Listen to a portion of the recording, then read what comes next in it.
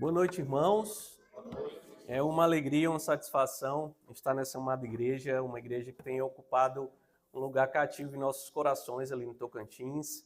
Em nossas orações também, temos orado pelos seus pastores, pelas suas vidas, e somos gratos a cada um de vocês, a toda a membresia da Igreja Batista Herança Reformada aqui no Tatuapé, e somos gratos a Deus por suas vidas, e louvamos ao nosso bendito Cristo por tudo aquilo que Deus tem feito aqui nesse lugar, na vida de vocês e através de vocês, tão longe, só a 2.000 quilômetros daqui, ali na nossa cidade, onde nós estamos residindo e trabalhando pelo avanço do Reino de Cristo. Então, muito obrigado, em nome da nossa igreja, pelo zelo de vocês, pelo cuidado de vocês, pelas suas orações e as suas contribuições para com a nossa igreja, para com o nosso ministério e a nossa vida.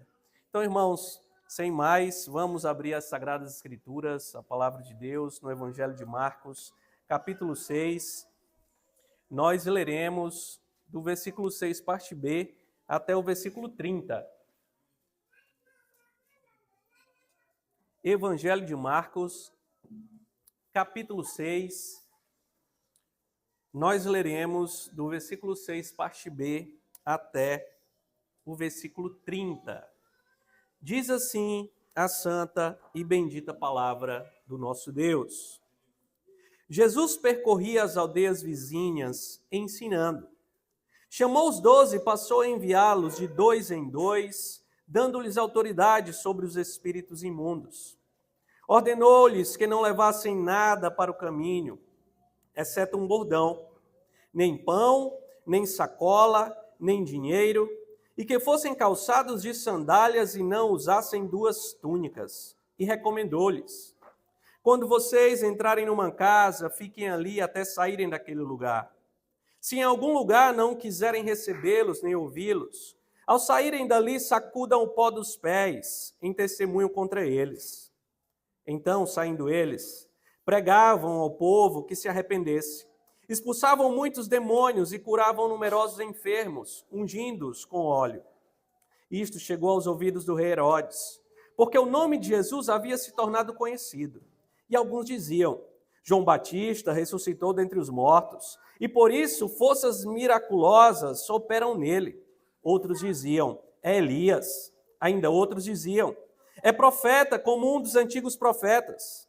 Herodes, porém, ouvindo isso, disse: é João, a quem eu mandei decapitar, que ressuscitou, porque o próprio Herodes havia mandado prender João e amarrá-lo na prisão, por causa de Herodias, mulher de seu irmão Filipe, com a qual Herodes havia casado.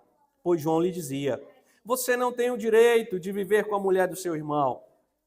Herodias odiava João Batista e queria matá-lo, mas não conseguia fazer isso, porque Herodes temia João, sabendo que era homem justo e santo, e o mantinha em segurança. E quando o ouvia, ficava perplexo, embora gostasse de escutá-lo. Chegando uma ocasião favorável, em que Herodes, no dia do seu aniversário, deu um banquete às autoridades, aos oficiais militares e às pessoas importantes da Galileia, a filha de Herodias entrou no salão e, dançando, agradou a Herodes e aos seus convidados. Então o rei disse à jovem: peça o que quiser e lhe darei. E fez este juramento: o que você me pedir, eu lhe darei, mesmo que seja a metade do meu reino. Ela saiu e foi perguntar à mãe: o que pedirei? A mãe respondeu: a cabeça de João Batista. No mesmo instante, voltando apressadamente para junto do rei, disse: quero que sem demora o Senhor me dê num prato a cabeça de João Batista. O rei ficou muito triste, mas por causa do juramento e dos que estavam com ele à mesa, não quis negar o pedido da jovem. E enviando logo o executor, mandou que lhe trouxesse a cabeça de João. Ele foi e o decapitou na prisão, e trazendo a cabeça num prato, o entregou à jovem, e esta, por sua vez, a entregou à sua mãe. Os discípulos de João, logo que souberam disso, vieram, levaram o corpo dele e o colocaram num túmulo. Os apóstolos voltaram à presença de Jesus e lhe relataram tudo o que tinham feito e ensinado. Amém. Oremos mais uma vez, irmãos. Senhor Deus bendito, Deus que se revelou e se revela a nós por meio da tua santa e bendita palavra. Eis o teu povo, Senhor, a tua igreja reunida, em mais um domingo, em mais um dia bendito que o Senhor santificou para si. Eis o teu povo que atendeu a tua convocação para estar diante do Senhor, nesse santo e bendito dia, ó Deus, que te cultuamos. Agora, Senhor, uma vez que o Senhor nos ouviu, uma vez que o Senhor ouviu as nossas orações, que o Senhor ouviu os nossos cânticos, que o Senhor ouviu a nossa súplica, nós queremos ouvir ao Senhor. Que o Senhor fale com o teu povo, que a tua palavra, ó Deus, opere em nossos corações, que o teu Espírito traga a tua verdade com poder a cada um daqueles que um dia ouviram o Santo Evangelho e creem no Senhor.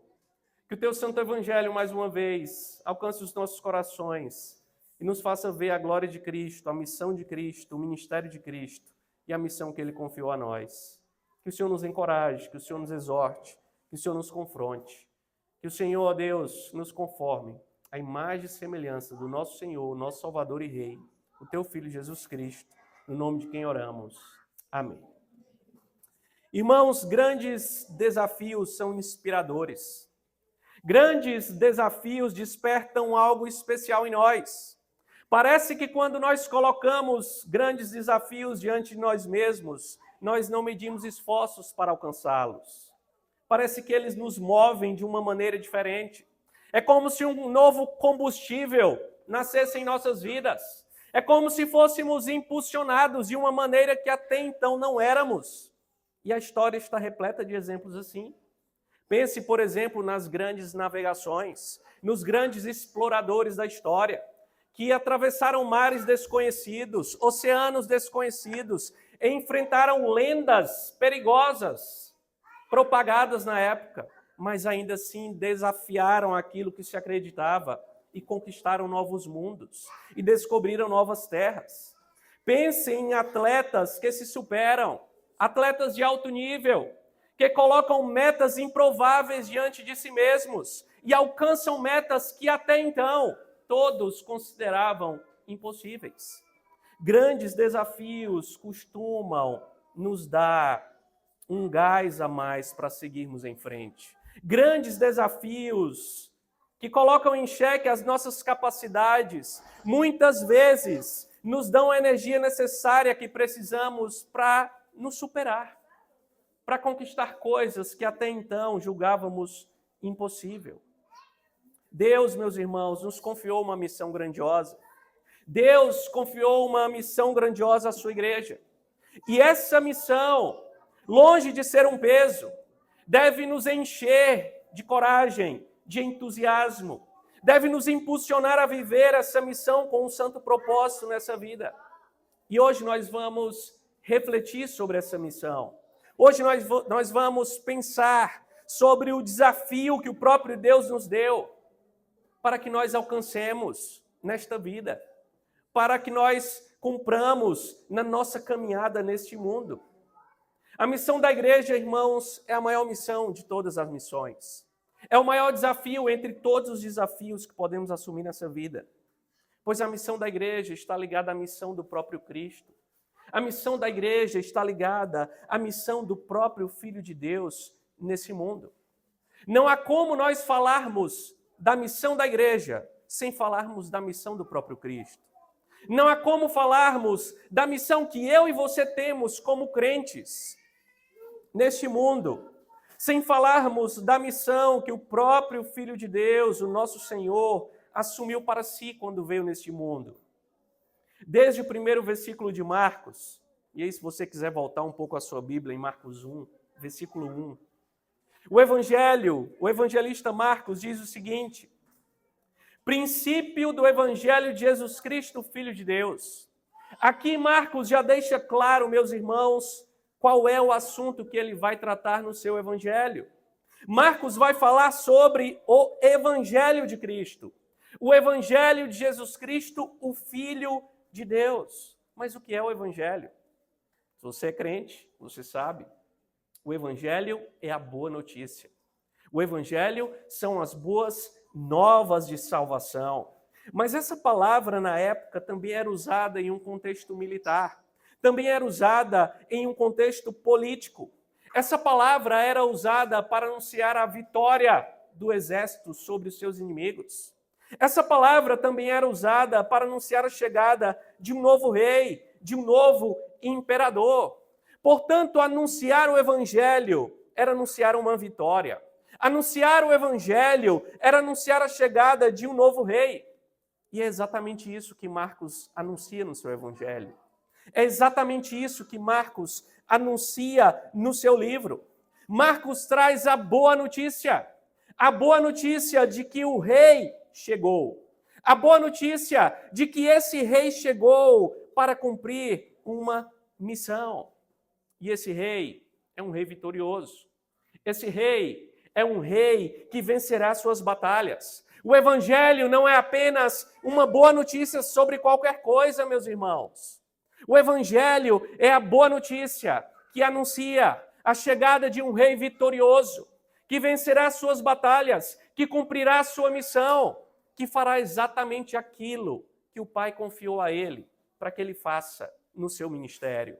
E ele será vencedor. Portanto, o Evangelho de Marcos se preocupa em mostrar quem é o rei. E como Marcos faz isso? Marcos faz isso mostrando os atos do rei. Se você lê o Evangelho de Marcos na sua casa, um bom exercício para essa semana, depois do sermão de hoje, você vai ver que Jesus está o tempo todo em movimento em Marcos. Jesus fala pouco em Marcos e faz muito. Marcos está interessado em mostrar o rei a partir daquilo que o rei faz. Marcos está preocupado em apresentar Jesus como rei vitorioso a partir daquilo que Jesus faz na sua missão. Logo nos primeiros capítulos de Marcos, Jesus é apresentado em grande pompa. Marcos 1, do 9 ao 11, nós vemos o batismo de Jesus. E no batismo nós temos aquela cena grandiosa, onde o céu se abre e uma voz diz: "Este é o meu filho amado, em quem me comprazo. Tu és o meu filho amado, e em ti me comprazo." O próprio Pai, o próprio Deus, apresenta o seu filho ao mundo.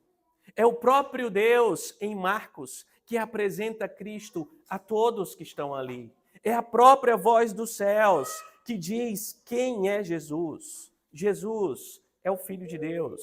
Jesus é aquele em quem o Pai tem prazer, em quem Deus se compraz. Nos capítulos seguintes, Jesus está sempre se movimentando. Jesus está sempre fazendo coisas. Jesus fala e coisas acontecem.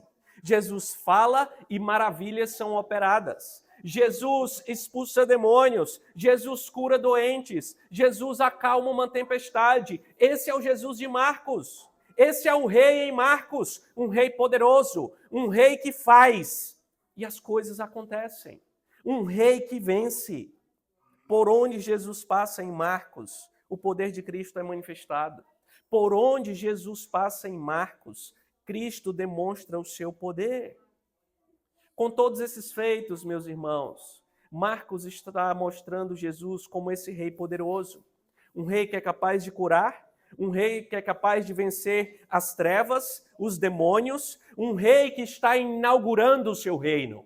Qual é o reino de Cristo? Um reino de luz, um reino de vitória, um reino de poder, um reino que cura, um reino que liberta, um reino que restaura. Esse é o reino de Cristo. E é assim que Marcos apresenta esse reino no seu evangelho. É nisso que consiste a missão de Cristo, meus irmãos. Cristo veio ao mundo instaurar o seu reino.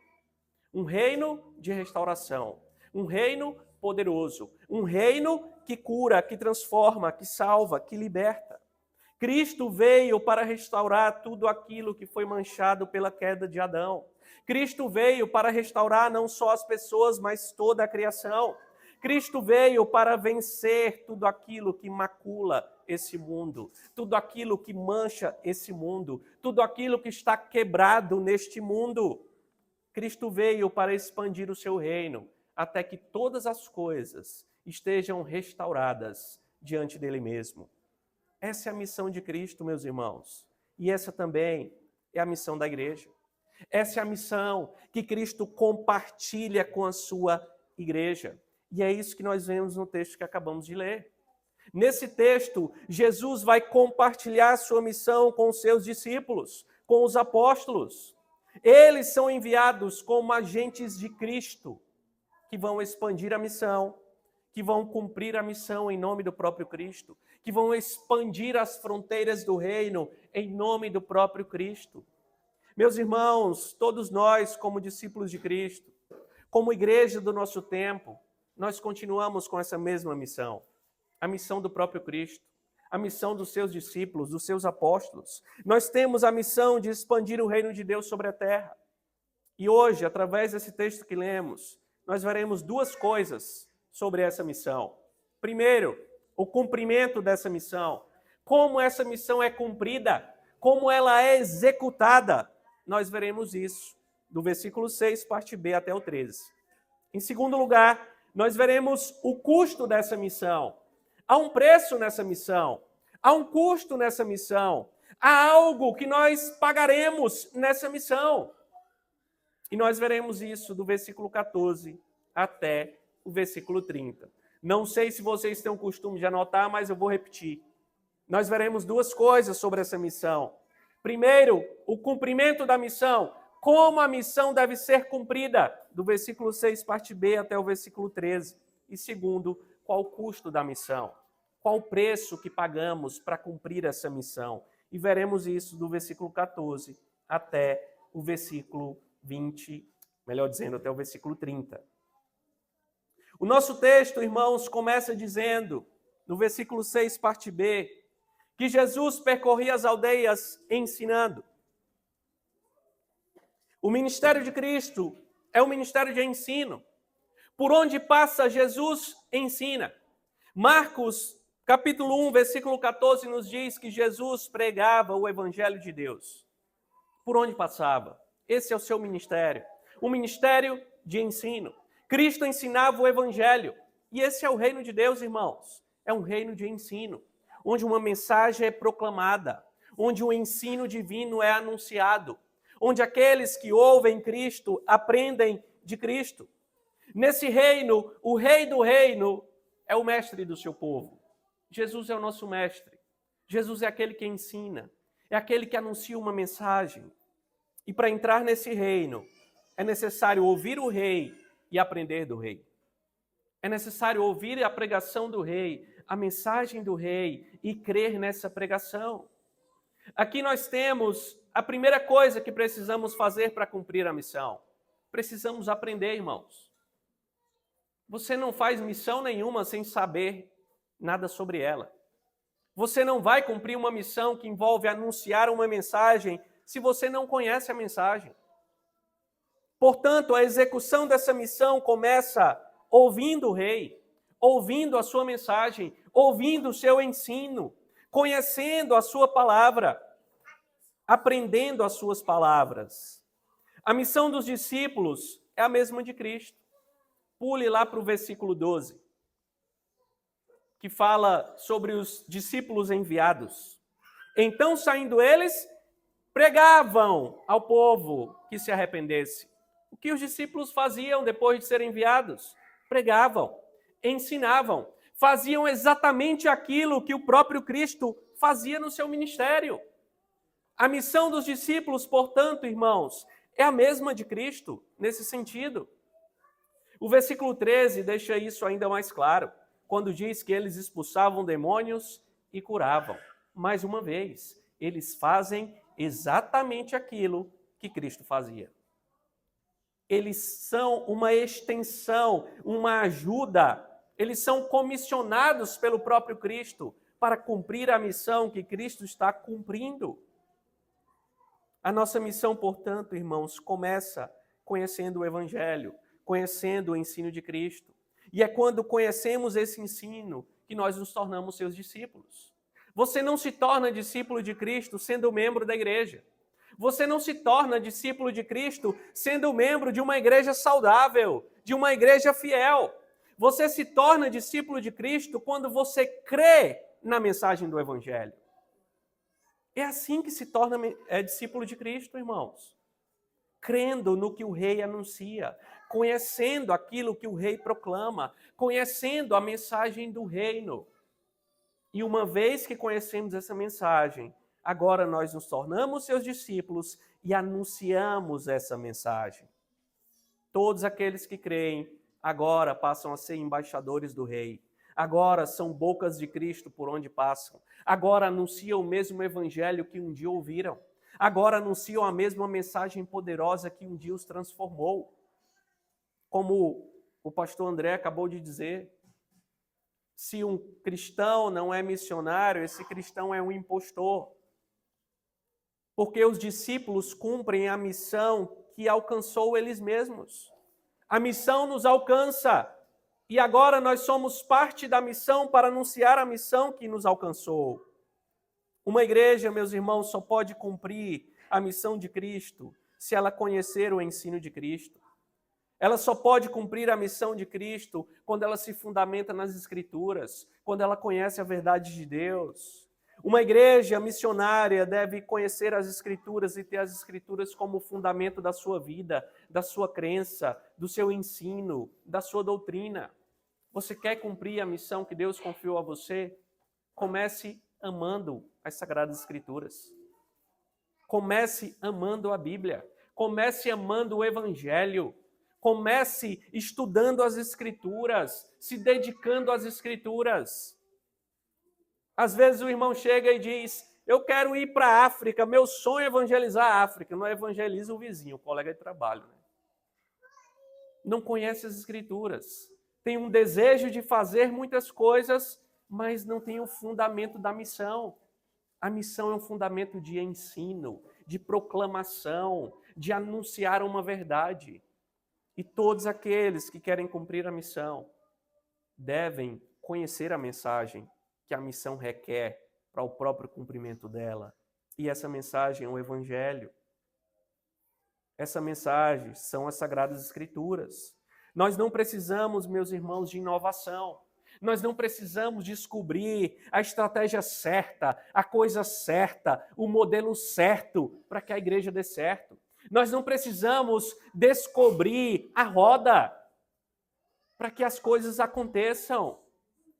Essa missão foi e sempre será cumprida de uma única forma, anunciando a velha mensagem, anunciando o velho evangelho, o velho e bom evangelho, que sempre transformou pecadores, que sempre alcançou pecadores, que sempre foi suficiente e poderoso para fazer com que as fronteiras do reino avancem em todas as épocas. Nós só precisamos do evangelho, amar o evangelho, conhecer o evangelho e anunciar o evangelho. Nós não podemos medir o êxito da nossa missão por resultados pragmáticos. Não devemos nos perguntar quantos estão crendo, quantos estão ouvindo, quantos estão dando crédito à nossa pregação. Nós devemos nos perguntar, estamos anunciando o ensino de Cristo? Estamos anunciando a verdade de Cristo? Se estamos anunciando, estamos sendo fiéis, estamos cumprindo a missão, estamos fazendo aquilo que Cristo ordenou que fizéssemos, e isso é suficiente. E seremos encontrados como fiéis servos do nosso Senhor. Mas quando nos perdemos e começamos a anunciar e nos perguntamos, mas ninguém ouve, mas ninguém crê, mas a igreja não cresce, o que eu vou fazer? Nós começamos a nos perder, meus irmãos. Uma igreja começa a questionar o velho e bom evangelho. É o evangelho que transforma, irmãos. É o evangelho que é o poder de Deus para salvar todos aqueles que nele crê. É o evangelho. E é simplesmente o evangelho que deve ser anunciado. Esse texto também nos ensina, meus irmãos, que nós não temos o poder necessário para cumprir essa missão. Só Cristo tem esse poder. E é dele que dependemos. Veja o versículo 7, mais uma vez. Chamou os 12, e passou a enviá-los de 2 em 2, dando-lhes autoridade sobre os espíritos imundos. A missão desses homens seria cumprida com êxito, porque Cristo deu autoridade a eles. Eu e você precisamos entender isso, meus irmãos. Nós somos pobres pecadores. Nós não podemos cumprir essa missão com a nossa própria força. Essa missão é uma missão sobrenatural. Essa missão não é como ensinar história, matemática, gramática na escola. Essa missão não é apenas reunir pessoas para dar uma aula para elas. A nossa esperança não deve estar na nossa capacidade de expor a mensagem, na nossa retórica, em preparar o ambiente certo, em dizer as palavras certas, na entonação certa. Tem pregador que até bota assim, chorar nesse momento. Não é manipulação, irmãos. Não é a manipulação que vai salvar as pessoas. Nós não podemos, com a nossa força, com a nossa esperteza, com a nossa própria capacidade, com as nossas ferramentas, fazer com que essa missão seja exitosa, com que as pessoas venham a crer, com que coisas venham a acontecer. É o poder de Cristo, é o poder da palavra, é o Espírito Santo levando a palavra de maneira eficaz ao coração daqueles que ouvem. Nós tão somente anunciamos, nós tão somente proclamamos, e o Espírito Santo faz a obra. Nós oramos, nós dependemos, nós confiamos no Senhor, não em nós mesmos. Uma igreja precisa entender isso. Nossa missão é sobrenatural, ela é contra as potestades, ela é contra o reino das trevas, ela é contra a própria morte, a morte espiritual. E a nossa esperteza não pode ressuscitar ninguém. A nossa capacidade não pode quebrar os corações de pedra. Só o Espírito de Cristo pode fazer isso. E Ele faz isso. E continua fazendo isso. É na força de Cristo, irmãos, que avançamos. É na força de Cristo que anunciamos a sua palavra. É com a autoridade dele. Nós somos meros mediadores, não entre Deus e os homens, mas entre a palavra de Deus e os homens. Nós apenas olhamos para a palavra e anunciamos a palavra. E o próprio Cristo opera, através da palavra, a mediação entre os que ouvem e o próprio trono de Deus. Mas nós somos mediadores da palavra. Nós anunciamos a palavra. Lembre-se disso. Tem muita gente que já pregou o evangelho um monte de vezes. Aí diz assim, vou contar meu testemunho. Meu testemunho, minha vida foi uma desgraça. Cristo fez maravilhas em minha vida. E louvado seja Cristo por isso. Aí a pessoa bota a esperança na sua própria história e acha que apresentando a sua história, as pessoas vão se comover e crer em Cristo. Não, irmãos. Não é a nossa história que transforma as pessoas. Nem a história de Cristo em nós. É a história do Evangelho. É a história do próprio Cristo. Do que Ele fez. A história dele sendo contada que transforma as pessoas. É certo que a nossa história pode ser um testemunho, e daquilo que Cristo faz e do poder que há em Cristo. Mas não é a nossa história que transforma as pessoas. Então, conte sim o seu testemunho, mas não ache que seu testemunho, por ser bonito e ser de fato uma representação vívida daquilo que Cristo faz, vai transformar as pessoas. Não vai. É aquilo que transformou você que vai transformar o outro. Não é a sua história que vai transformar o outro. É o que transformou você. É o Evangelho. Outra coisa, irmãos, que esse texto nos ensina é que nós também precisamos depender da igreja. Volte ao versículo 7.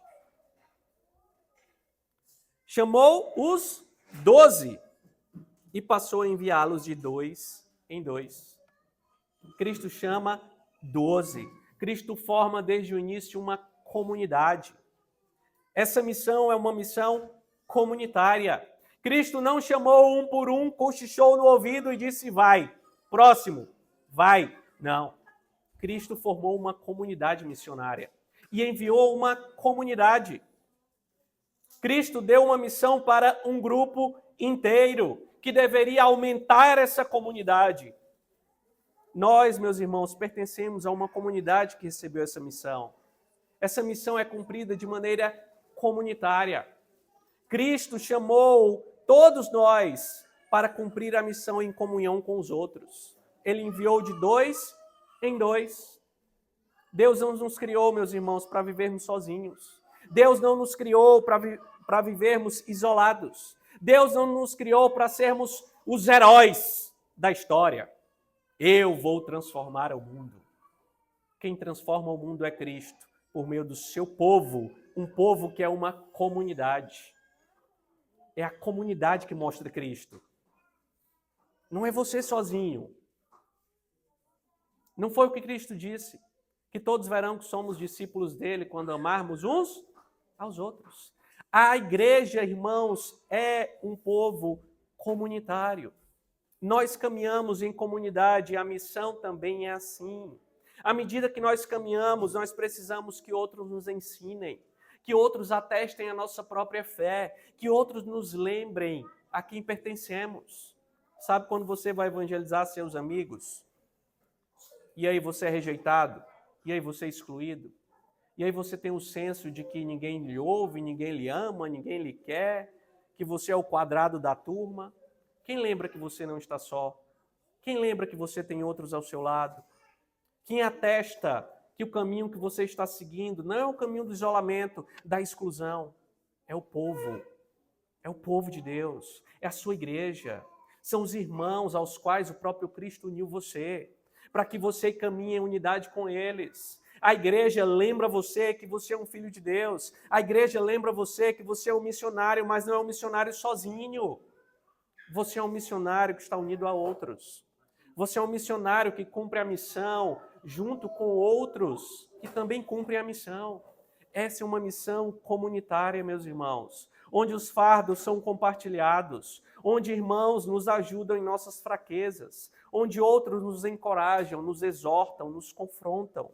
E Cristo espera que essa missão seja cumprida assim, em auxílio mútuo, em dependência de outras pessoas. E do versículo 8 ao 10, isso fica muito claro. Veja o texto. Ordenou-lhes que não levassem nada para o caminho, exceto um bordão, nem pão, nem sacola, nem dinheiro, e que fossem calçados de sandálias e não usassem 2 túnicas. E recomendou-lhes, quando vocês entrarem numa casa, fiquem ali até saírem daquele lugar. Com essa recomendação, meus irmãos, Jesus deseja que os seus discípulos aprendam a depender dos outros. Aprendam a depender de outros. Aprendam a depender do próprio Deus, que vai suprir tudo aquilo que eles precisam para a missão. E Deus vai suprir por meio de outros discípulos. Por meio do seu próprio povo. Eles tinham que aprender a ser dependentes. Nós somos seres dependentes. Nós precisamos não apenas de Deus, mas de outras pessoas. Mas de outros irmãos, de uma igreja. Nós temos limitações, meus irmãos, e fraquezas. Nós precisamos de ajuda. Nós não cumprimos a missão isolados. Mas sabe qual é o nosso problema? A gente pensa o oposto disso. Nós somos orgulhosos, nós somos egoístas, nós achamos que podemos fazer tudo sozinhos. Quando a gente pensa que não, a gente quer ser o rei da igreja, no lugar de Cristo. A gente quer ser o rei da missão, no lugar de Cristo.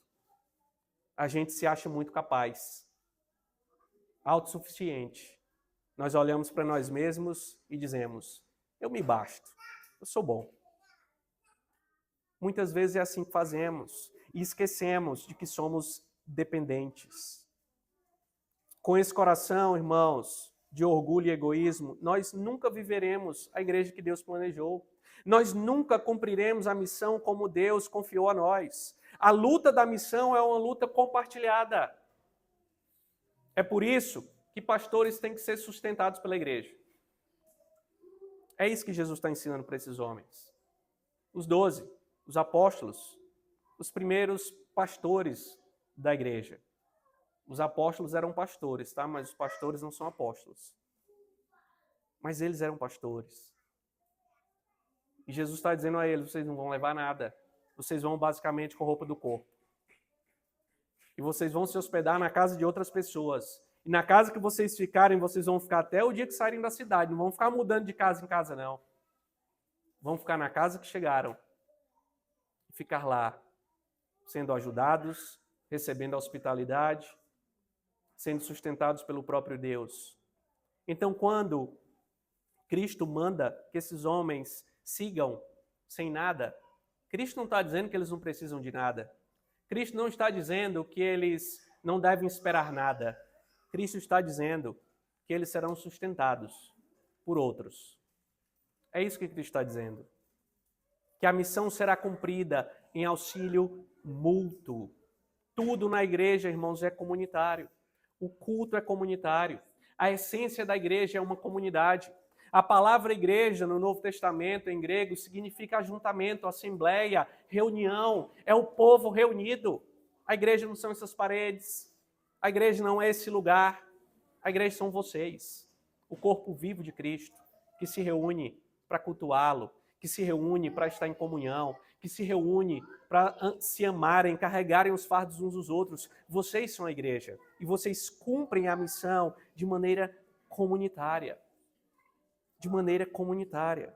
Portanto, irmãos, como essa missão é executada? Quando anunciamos o ensino de Cristo, quando dependemos do poder de Cristo e quando dependemos da igreja de Cristo. É assim que essa missão é anunciada. Em segundo lugar, qual o custo dessa missão? Toda missão tem um custo, irmãos. Tudo que queremos fazer na vida que tem algum futuro, e até algumas coisas que não têm futuro nenhum, tem um custo. Tudo tem o seu preço. E com a missão que Cristo nos confiou, não é diferente. Há um custo para essa missão. No versículo 11, nós vemos que essa guerra pode custar a nossa reputação. Veja o versículo 11. Se em algum lugar não quiserem recebê-los, nem ouvi-los, ao saírem dali, sacudam o pó dos pés em testemunho contra eles. Então, Cristo deixa claro que é possível, que é provável, e é até certo, nós sabemos, que há aqueles que irão nos rejeitar, que há aqueles que não vão querer ouvir o ensino de Cristo, ouvir a mensagem de Cristo. Aqueles que vão olhar para nós e dizer, meu Deus do céu, lá vem de novo. Que não gostam, não toleram. E isso faz parte da missão. A missão pode custar a nossa reputação. E qual a instrução de Cristo? Siga em frente.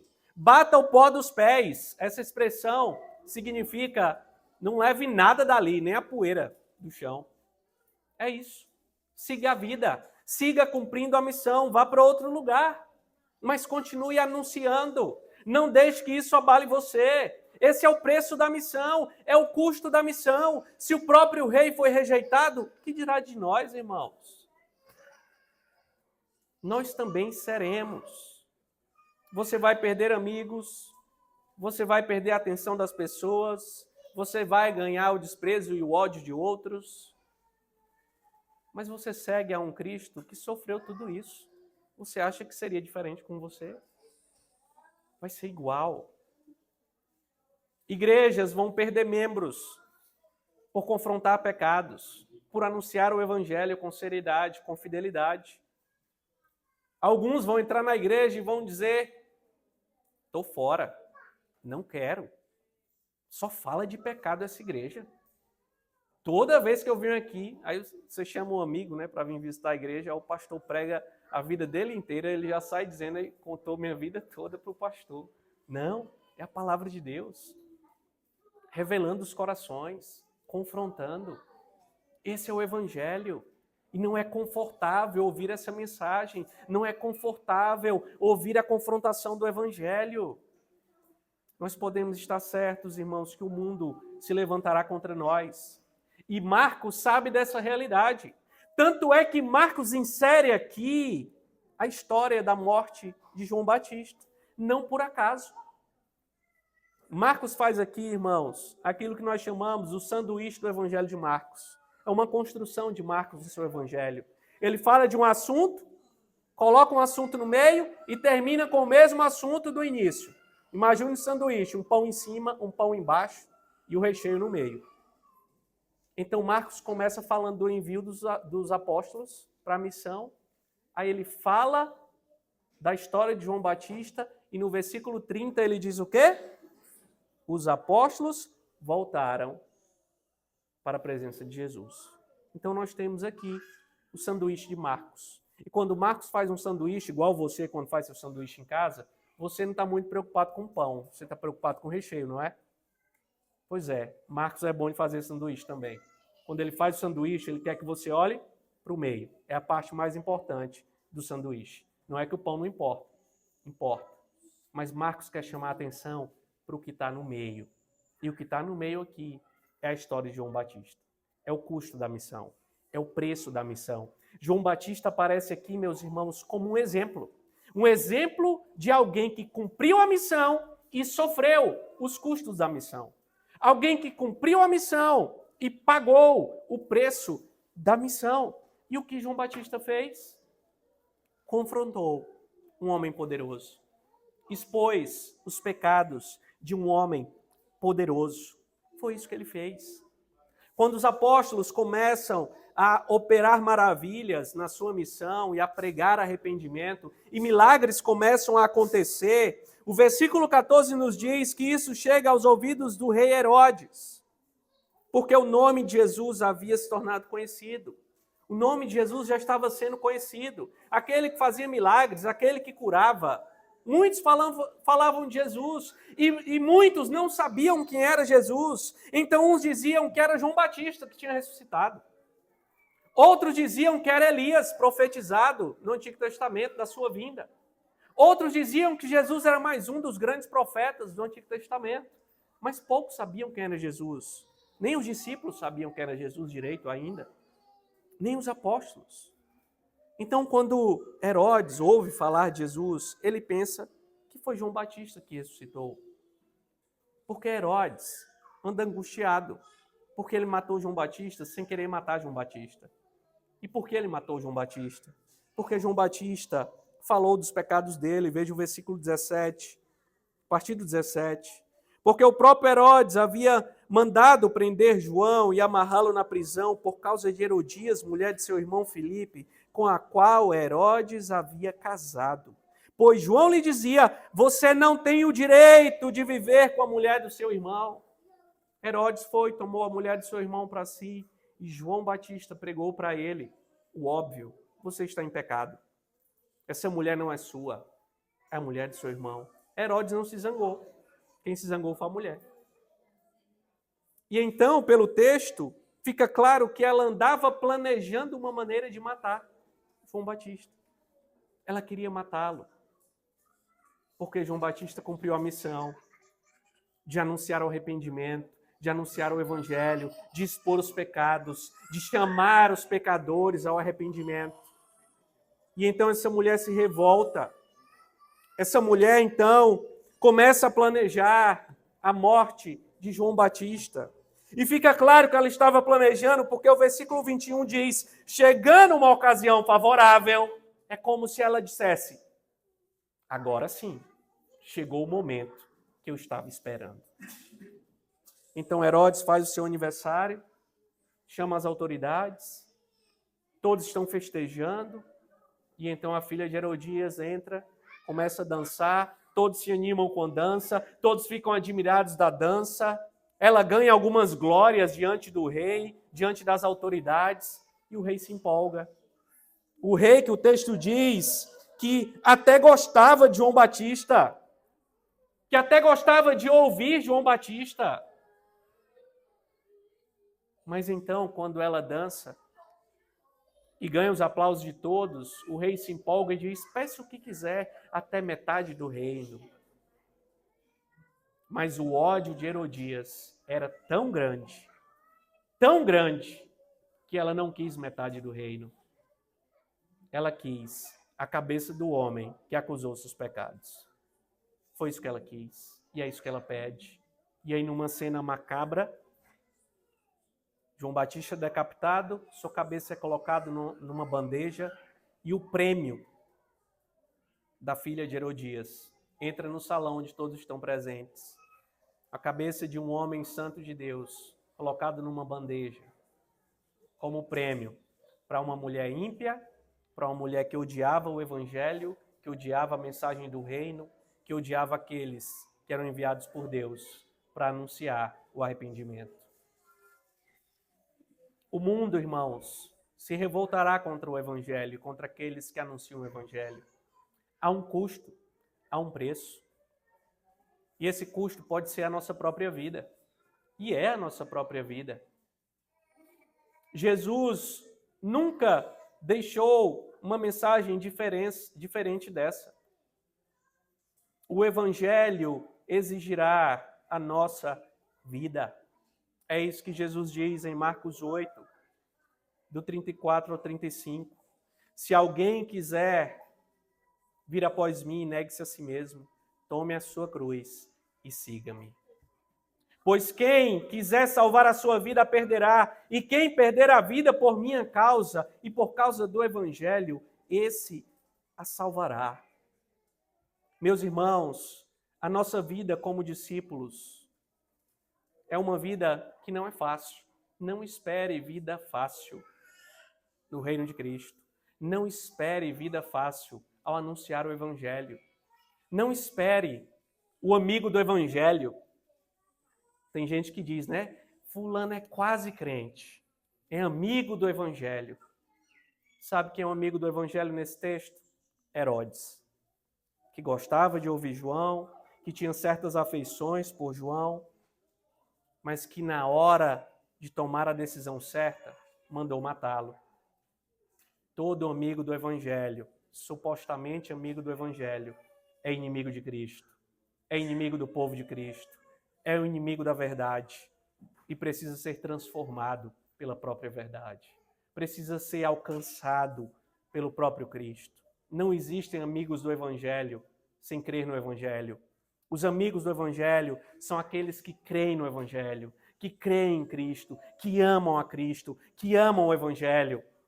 Não são aqueles que gostam dos crentes, não são aqueles que gostam de ouvir a mensagem, não são aqueles que são amigos dos crentes, que gostam de estar numa igreja evangélica. Não. Os amigos do Evangelho são aqueles que uma vez foram inimigos de Cristo, mas agora são amigos de Cristo. E por isso são amigos do Evangelho. São esses, meus irmãos. Todos os outros irão se rebelar cedo ou tarde. Os supostos amigos do Evangelho, que não creem no Evangelho, também um dia se rebelarão de uma maneira muito clara e terrível contra o Evangelho. Todos são rebeldes contra Cristo. Todos precisam de salvação. Então, se você está aqui hoje, mesmo sendo membro de uma igreja, mesmo sendo amigo de crentes, filho de crente, marido de crente, esposa de crente, você precisa de Cristo. Você precisa se arrepender dos seus pecados. Você não precisa ser só gente boa. O brasileiro médio, nunca matei, nunca roubei, no final vai dar tudo certo. Não, não vai não. Se você não tiver Cristo, se você não amar a Cristo, se você não for justificado por Cristo, salvo por Cristo, se Cristo não te agarrar com suas poderosas mãos, você estará perdido. Você não pode fazer nada por você mesmo. Você está entre os inimigos de Cristo, ainda que pense diferente, mas você pode ser amigo de Cristo. Se você for a Cristo, se você orar a Cristo, se você suplicar a Cristo pela salvação que Ele oferece, Jesus está de braços abertos para receber todos aqueles que o buscam de maneira sincera. Jesus está pronto para salvar todos aqueles que olham para si, se veem perdidos e olham para Ele como o único Salvador de suas vidas. Jesus está pronto para salvar todos aqueles que olham para o Evangelho e dizem, eu preciso do Evangelho, eu preciso de um Salvador, eu preciso desse rei que anuncia esse Evangelho. Jesus está pronto para salvar todos aqueles que se arrependem. Meus irmãos, eu quero terminar esse sermão lembrando cada um de vocês da esperança que nós temos. De fato, é difícil anunciar o Evangelho em um mundo que é inimigo do próprio Deus, que é inimigo do Evangelho. Mas a caminhada que fazemos nesse mundo é a caminhada que o nosso Senhor fez. Nós sofremos como Ele sofreu. Nós padecemos como ele padeceu. Nós sentimos no nosso próprio corpo, em alguma medida, as aflições que ele sentiu. E quando nós sofremos pela missão que cumprimos, nós estamos nos conformando ao próprio Cristo. E devemos ter a alegria e sentir em nós o privilégio de padecermos como ele padeceu. E ter a esperança que assim como ele morreu e ressuscitou, nós também, um dia, ressuscitaremos fisicamente com ele. Um dia, nós entraremos em glória nos céus, onde o nosso Rei vitorioso nos aguarda, meus irmãos. Um dia nós estaremos no céu com o Filho de Deus, como servos fiéis que cumpriram a missão, que creram na mensagem do Rei, que confiaram na mensagem do Rei, que amaram o Rei mesmo em suas aflições, mesmo em suas lutas, mesmo diante da oposição, mesmo diante de ameaças de morte. Nós olhamos para o nosso Senhor e dizemos: Ele morreu e venceu, e mesmo que morramos, nós também venceremos. Essa é a mensagem que cremos, irmãos. Essa mesa nos lembra disso hoje. Essa mesa nos lembra que um dia nós estaremos numa mesa nas bodas do Cordeiro, com o nosso Senhor, com todos os crentes de todas as épocas, de todas as nações, que colocaram a sua fé em Cristo. Nós estaremos todos juntos, em um céu glorioso, em uma mesa bendita, em um grande banquete, onde seremos alimentados e nutridos e viveremos em comunhão com o nosso Senhor eternamente. Lá sim, não haverá mais luta, não haverá mais dor, não haverá mais sofrimento, não haverá mais oposição, mas viveremos uma alegria bendita. Viveremos em uma vitória eterna, certos de que valeu a pena confiar em Cristo, certos de que valeu a pena sofrer por Cristo, certos de que valeu a pena sofrer ameaças e oposição nesse mundo. Confie no seu Senhor, meu irmão. Coloque sua esperança em Cristo. Cumpra a missão que Ele lhe confiou. Custe o que custar. Seja fiel ao Filho de Deus até o fim. Vamos orar. Senhor Deus bendito, nós te bendizemos pela tua palavra, que nos lembra, Senhor, nessa noite, da missão que o Senhor nos confiou. Ajuda-nos, Senhor. Dá-nos ousadia, enche-nos do teu Espírito. Dá-nos coragem, ó Deus, para falarmos do teu santo evangelho, para anunciarmos o teu santo evangelho, para anunciarmos a obra do teu Filho, a obra que conhecemos, que o Senhor revelou a nós, que nos salvou um dia, que nos fez teu povo. Que o Senhor nos abençoe nessa semana, que o Senhor nos abençoe todos os dias da nossa vida e nos faça sempre um povo missionário, um povo esperançoso, um povo que sabe que faz parte de um reino vitorioso, de um reino que não pode ser vencido, mas de um reino que será eternamente bendito e eternamente vitorioso pelos séculos dos séculos. Em nome de Cristo. Amém.